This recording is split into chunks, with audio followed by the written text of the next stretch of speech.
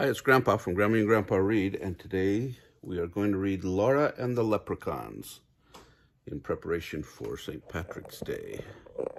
It's written by and illustrated by Amber T. Kingston, and it's a chrysalis book.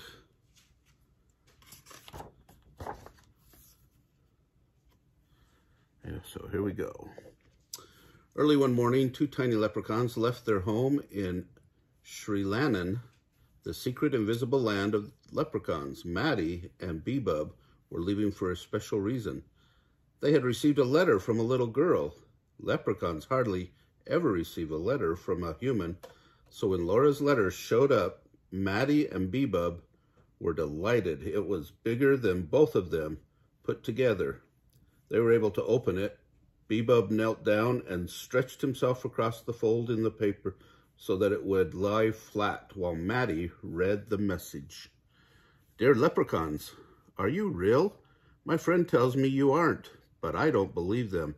I try to find you whenever a rainbow crosses the sky, but I can never run fast enough to reach the end of the rainbow. I'd really like to meet you, and I promise I won't steal your pot of gold. Love, Laura. Bebub propped himself up on his elbow. Not real, he said. Lots of folks don't believe we exist, said Maddie. But she cared to write us a letter, said Bebub. I think we should do something. Bebub was rarely excited about anything, so just this once, Maddie decided to listen to him. Bebub whispered his plan in his friend's ear. A big smile crossed Maddie's face. That's a dandy idea, he said. We'll be partners and go together.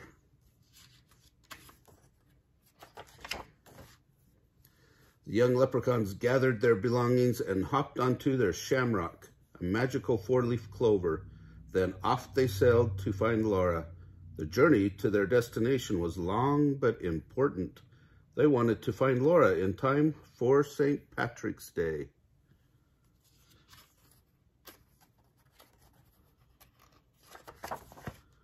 Soon, day turned into night. Bebub grew bored. It's cold, he said. I know, but we'll be there before too long. Sleep for a while, and time will pass quickly. All right, said Bebub, shrugging his shoulders. He was used to following his friend's advice. As they coasted high in the air, he lay back on the shamrock and closed his eyes. Maddie was too excited to sleep. He sat upright, eyeing the winking stars above and the world far below. Now and then he glanced at Bebub, who lay snoring. Soon, Maddie saw the shimmering outline of a small Bavarian town in the distance. The lights of the houses twinkled in the night sky. The leprechauns were fast approaching Laura's home. The flying shamrock coasted to a soft landing in the thick green leaves near a lily pond. Maddie shook Bebub awake. Stop snoring. We're in Laura's garden. Bebub rubbed the sleep from his eyes, looked around, and smiled at the sight of Laura's house. An upstairs window was covered with a child's drawings of shamrocks and hearts. That must be Laura's bedroom, he said. We'd better hurry. Soon the sun will rise. Taking cover under the plants and flowers, they set up camp near the lily pond. Using a bit of leprechaun magic, they made a small house of twigs and sat down inside.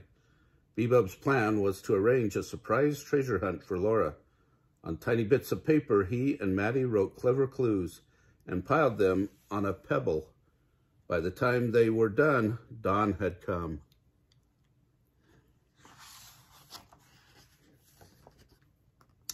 Bebub said, Maddie, go wake Laura, but be sure that nobody hears you.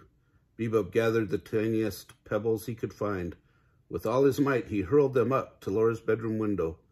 But her room was too high, and none of the pebbles came close to the window pane. Bebub climbed up the vines and rose bushes that grew beside the wall of the house until he was level with her balcony. He tried again, aiming the pebbles and throwing them at her window. One by one, This time it worked. Laura woke to the sound of tiny taps against her window. She put on her favorite dress and looked outside. Nothing was there. She opened her balcony door and peeked out. "What's that?" she said. Laura had glimpsed a folded piece of white paper gleaming between the leaves. She hurried onto the balcony in the crisp morning air and opened the tiny note. A drawing of 2 ladybugs sparkled in the sunshine. Beside the ladybugs, there was a message. "These ladybugs are we as we. Place them by your ears to see what they may be, or see what they be." What a strange idea, she thought, but she held the paper to one ear and then the other. When she looked at the paper again, the ladybugs were gone. She touched her ears. Magic had turned the 2 paper ladybugs into 2 ladybug earrings.